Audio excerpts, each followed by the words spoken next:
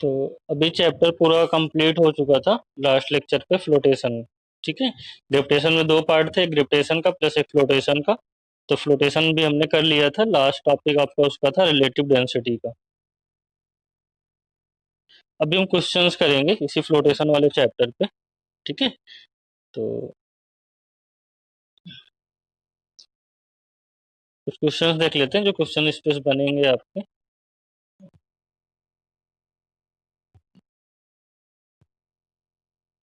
Voice clear है मेरी? ठीक है,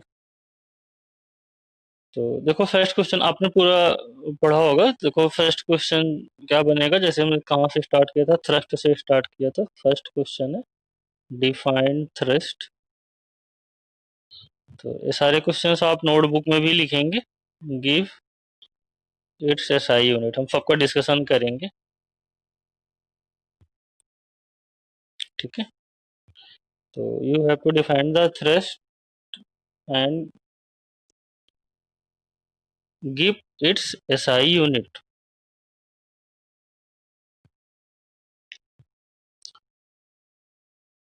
तो क्या होगा,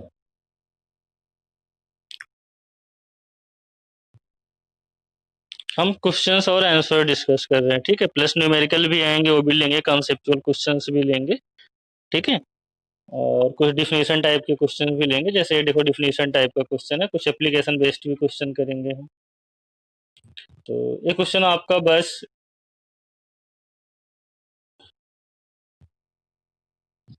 ठीक है मेमोरी पावर टेस्ट करेगा कि आपको मेमोराइज है कि नहीं थ्रस्ट जो हमने बताया था।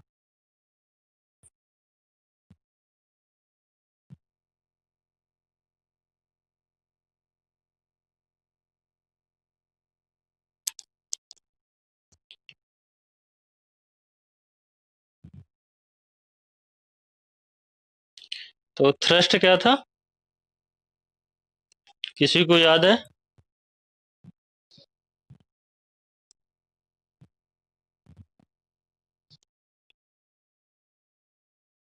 नहीं, तो देखो थ्रस्ट आपका था परपेंडिकुलर फोर्स है, परपेंडिकुलर का साइन है, perpendicular force on any surface. किसी सरफेस पे जो परपेंडिकुलर फोर्स लगता है, नॉर्मल फोर्स लगता है, उसी को हम थ्रस्ट बोलते थे। चलो जैसा यूनिट बता दो क्या होता है थ्रस्ट का। थ्रस्ट क्या है, फोर्स है, और फोर्स की यूनिट क्या होती है, एसआई यूनिट।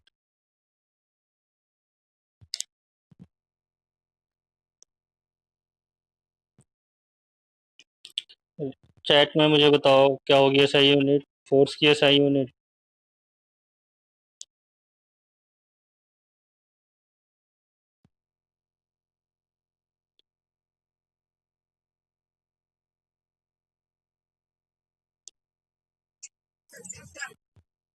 हम्म, फोर्स की एसआई यूनिट न्यूटन, ये तो सब याद रखो।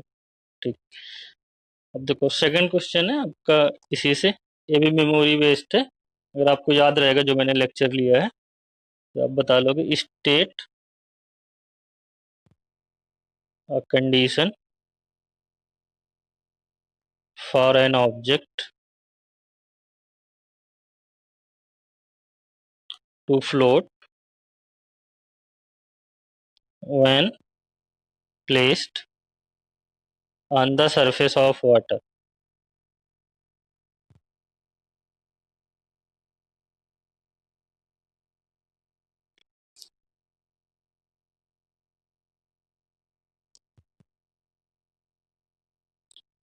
अगर किसी को पता है तो तुरंत बताया क्या होगा इसका आंसर।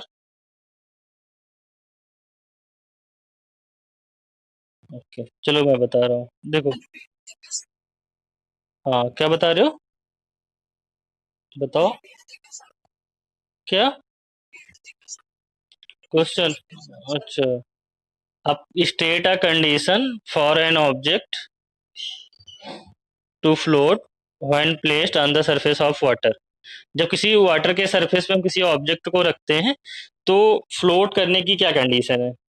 तरुण ने आंसर एकदम करेक्ट किया है, बाकी लोग भी करो ट्राई। तो आपको याद नहीं है, हमको बताया था कि कोई भी तभी आपका ऑब्जेक्ट या सॉलिड आपका फ्लोट करेगा जब उसकी डेंसिटी लिक्विड की डेंसिटी से लेस होगी या इक्वल होगी। अगर मोर होगी तो सिंक हो जाएगा। ठीक है, ये कंडीशन है, कंडीशन फॉर फ्लोट। ये सारे आपको फेयर नोटबुक में भी करने हैं। हाँ। उसकी डेंसिटी लिक्विड की डेंसिटी से या वाटर की डेंसिटी से कम होनी चाहिए या इक्वल। अगर इक्वल होगा तब भी वो फ्लोट करेगा, लेकिन कंप्लीटली इमर्स्ड हो गया, कंप्लीटली डूब जाएगा, उसका पूरा सरफेस डूब के, लेकिन वो फ्लोट करेगा, सिंक नहीं होगा वो।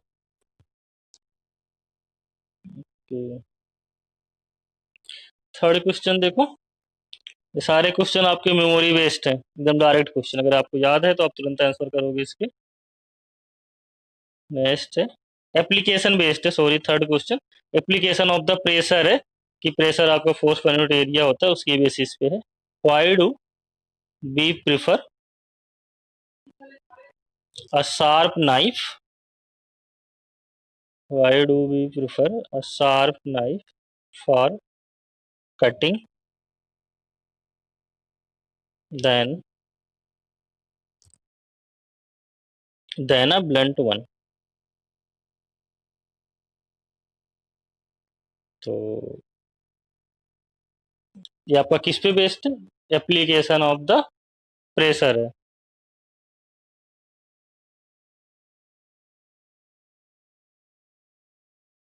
चलो मुझको बताओ, स्क्रीन क्लियर नहीं है किसको किसको, या सबको नहीं क्लियर है? चलो, चलो तरुण ने आंसर किया है। अभी स्क्रीन के लिए रिप्लाई करो सब लोग चैट करके, कि स्क्रीन कितने लोगों को नहीं क्लियर है।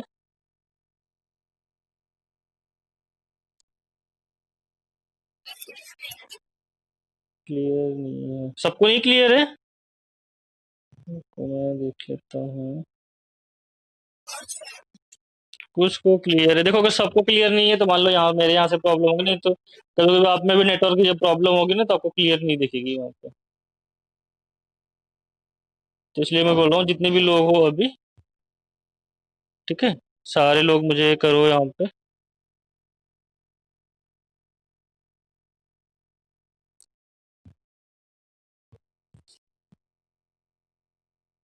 स्क्रीन तो क्लियर है, योगेश देखो अपने साइड से कुछ ना।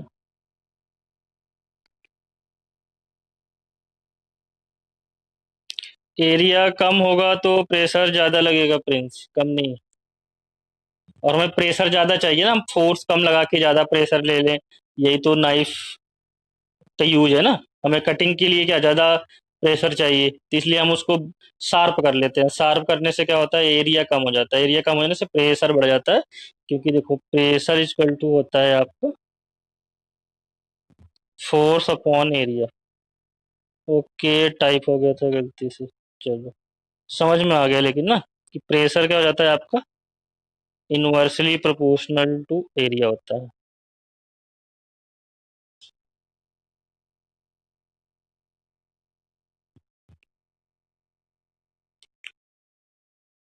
योगेश क्लियर हुआ स्क्रीन अभी तुम्हारा?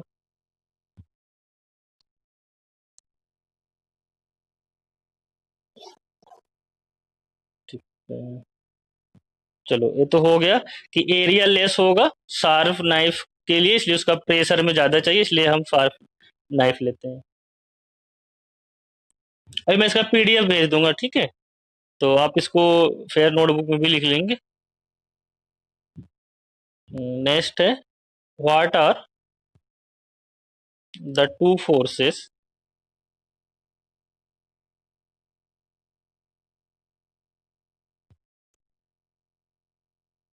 acting on a body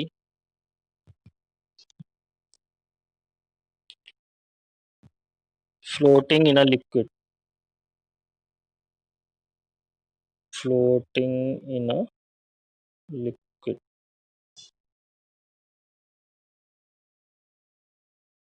चलो अभी रिप्लाई करो चैट करके।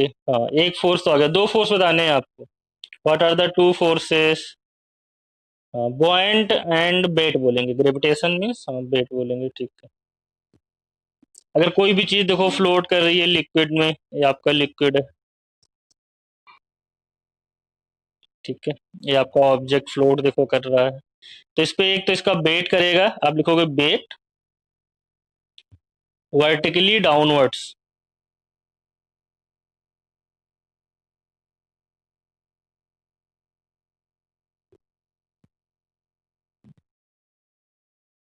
और सेकंड आपका जो होगा बॉयंट फोर्स इस पे एक्ट करेगा अपवर्ड डायरेक्शन में, एफ बी,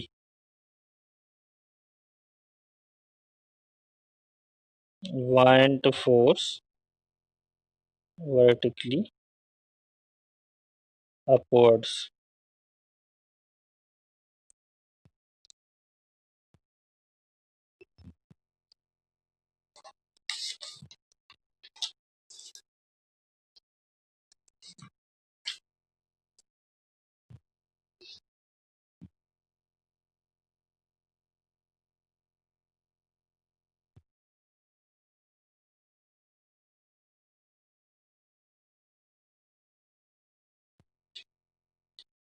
अब आपको देखो जो आपने दो फोर्सेस बताए हैं उसी के बेस पे आपको फिफ्थ क्वेश्चन का आंसर देना है।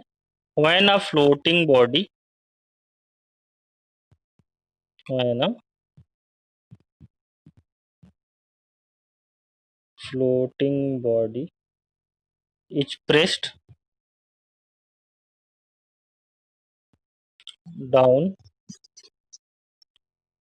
when a floating body is pressed down a little,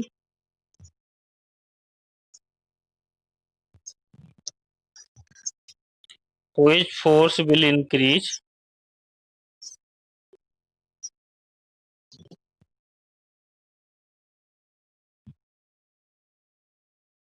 at that time?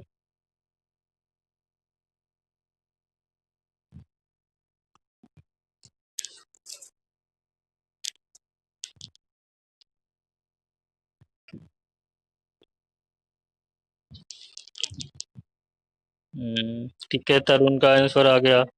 बाकी लोग भी आंसर करें। देखो दो फोर्सेज एक्ट करते हैं, weight of the body, second point force, तो कौन सा फोर्स इंक्रीज करेगा अगर उसको हम लिटिल प्रेस कर देते हैं लिक्विड के अंदर, जैसे फ्लोट कर रहा है आपका ये,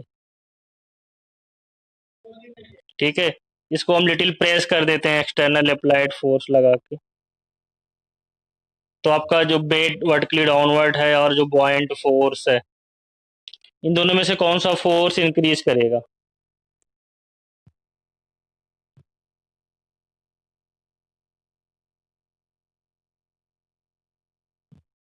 प्रिंस का आंसर आ गया, बॉयंट फोर्स करेगा। ओके, बॉयंट फोर्स करेगा। कोई रीजन बताएगा क्यों करेगा बॉयंट फोर्स, और वेट क्यों नहीं करेगा?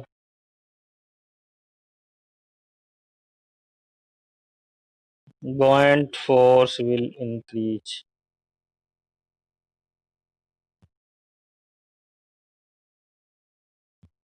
क्यों, रीजन क्या है?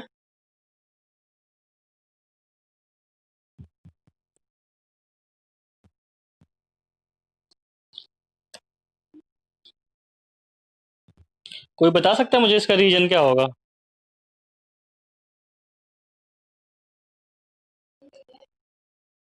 तरुण?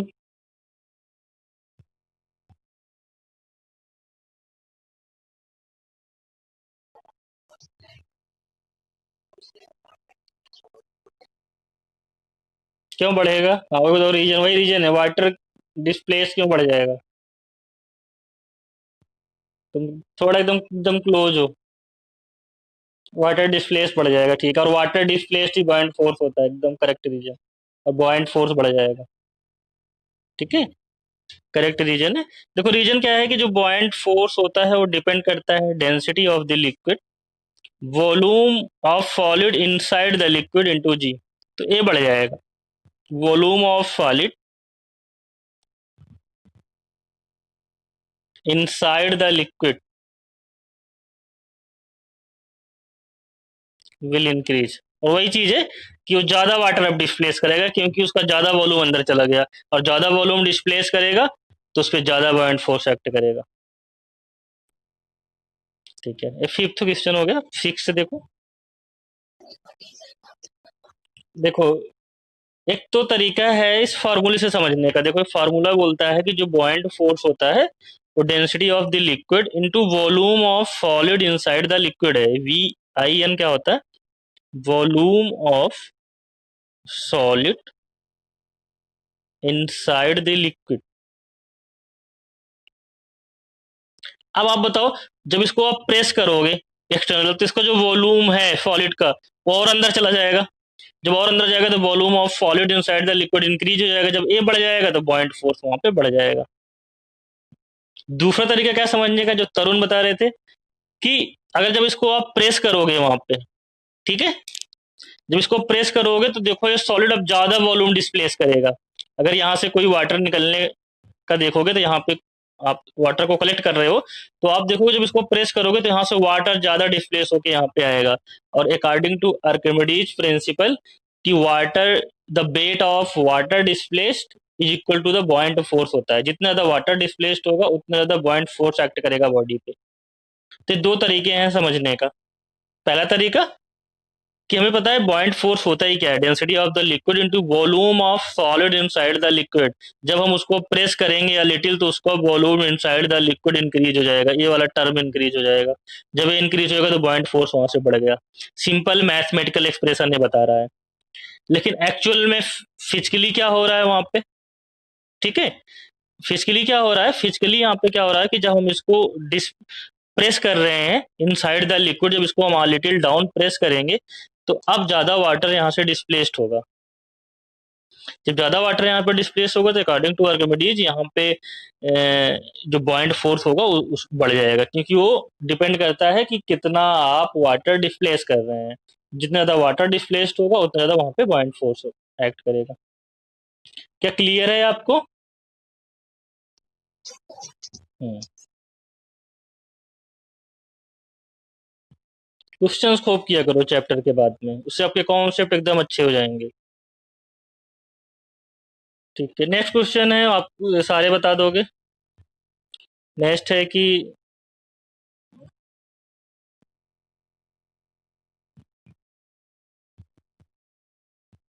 आपको प्रेशर को डबल करना है। हमें क्या करना है? प्रेशर डबल करना है। ठीक। अब प्रेशर डबल करने के लिए हम दो चीजें कर रहे हैं, बताना इसमें से क्या चीज सही है। Doubling the doubling the area या मेकिंग द एरिया हाफ। क्या करने से प्रेशर डबल हो जाएगा?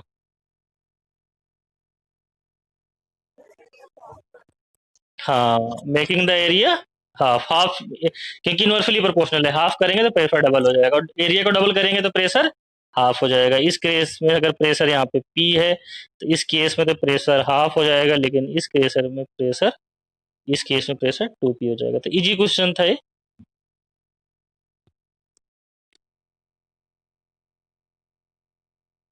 सेवेंथ क्वेश्चन देखते हैं। What are the factors what are the factors which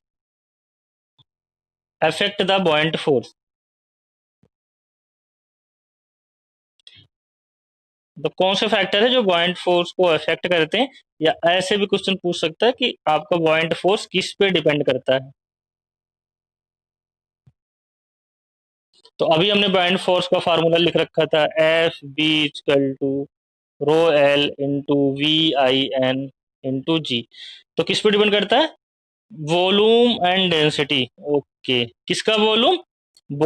row L density of liquid पे डिपेंड करता है। किस पे डिपेंड करता है? Density of liquid. अलग अलग अलग लिक्विड है, तो जिस लिक्विड की डेंसिटी जितनी ज्यादा होगी वो लिक्विड उतना ज्यादा बॉयंट फोर्स अप्लाई करेगा। और वॉल्यूम किसके वॉल्यूम पे? Volume of solid inside the liquid. Volume of solid inside the liquid. इन दो फैक्टर्स पे आपका बॉयंट फोर्स डिपेंड करता है।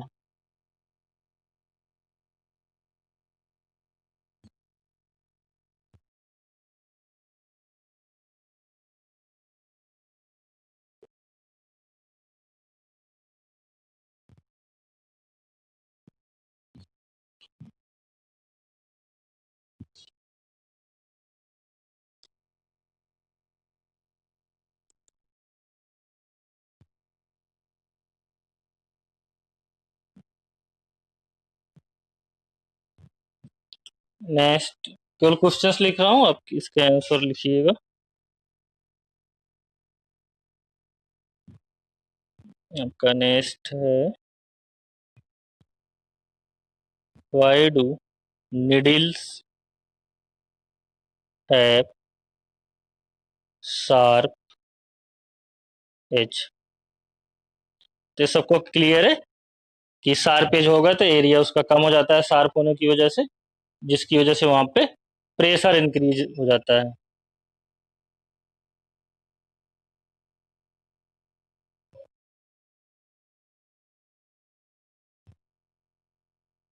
नेक्स्ट, फाइंड द फोर्स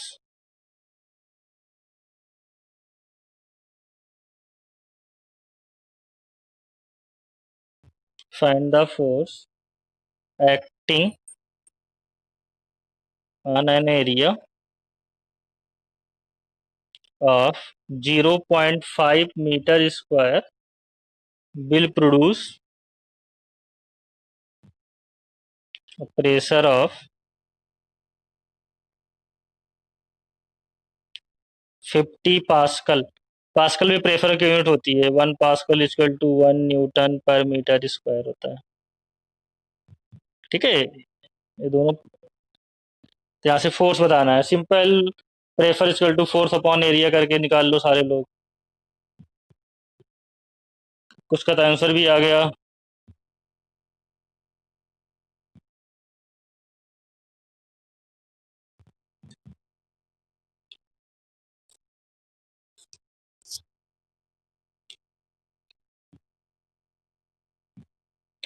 नहीं,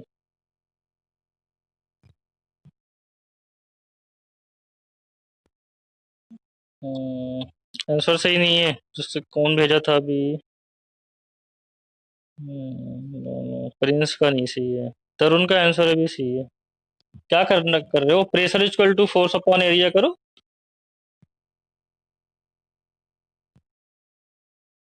प्रेशर इक्वल टू क्या होता है, दिव्या का सही है, फोर्स अपॉन एरिया। तो फोर्स इक्वल टू हो जाएगा प्रेशर इनटू,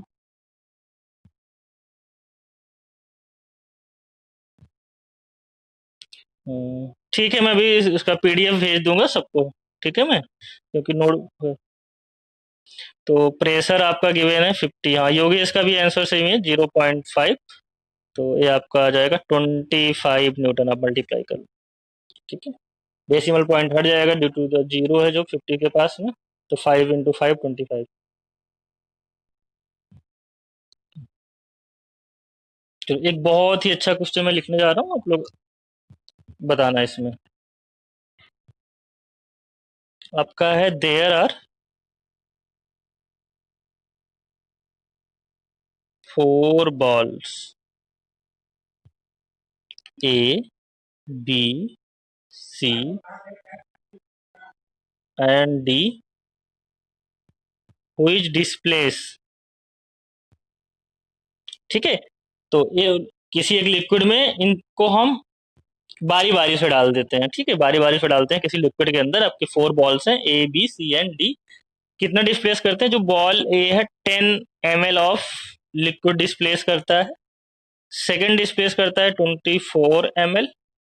थर्ड आपका डिस्प्लेस करता है 15 ml। एंड 12 ml आपका करता है डी वाला। ठीक है, of a liquid respectively.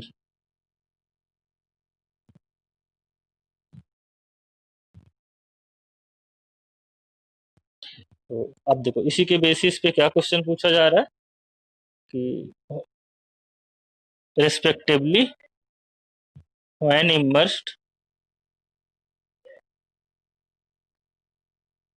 completely, which ball will undergo the maximum apparent loss in weight। apparent loss in weight। चलो इसका मतलब बताते हैं। एपरेंट लॉस इन वेट का मतलब क्या होता है, ये वाला टर्म जो आया एपरेंट लॉस इन वेट। जैसे देखो, अगर किसी आप बकेट को लिक्विड के अंदर डालो, तो आपको बकेट क्या होता है कि वो थोड़ी सी लाइट फील होने लगती है। पहले जैसे एयर में हैवी थी, तो थोड़ी सी लाइट फील होने लगती है, क्यों? क्योंकि उस पे बॉयंट फोर्स एक्ट करना स्टार्ट हो जाता है आपका उस ऑब्जेक्ट पे। ठीक है, तो आपको इसमें से बताना है कि एपरेंट लॉस इन वेट किस पे ज्यादा होगा, मतलब सबसे ज्यादा आपको लाइट कौन फील होगा अगर लिक्विड के अंदर डाल रहे हैं तो सबसे लाइट। हाँ, आंसर आ गया किसी का, वो बता रहा है बी, बता रहे हैं, कौन बता रहा है? तरुण ये बता रहे हैं।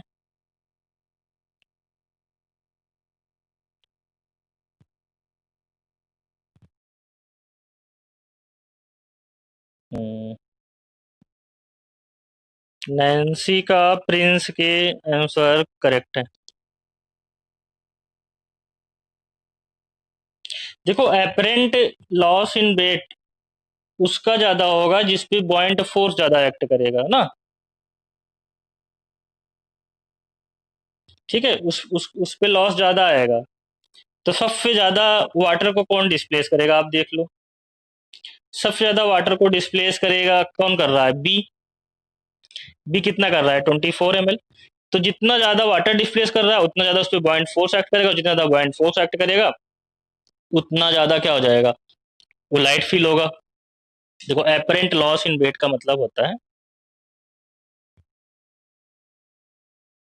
एपरेंट लॉस इन वेट का होता है कि जो उसका वेट इन एयर है, weight in air minus buoyant force, ये चीज।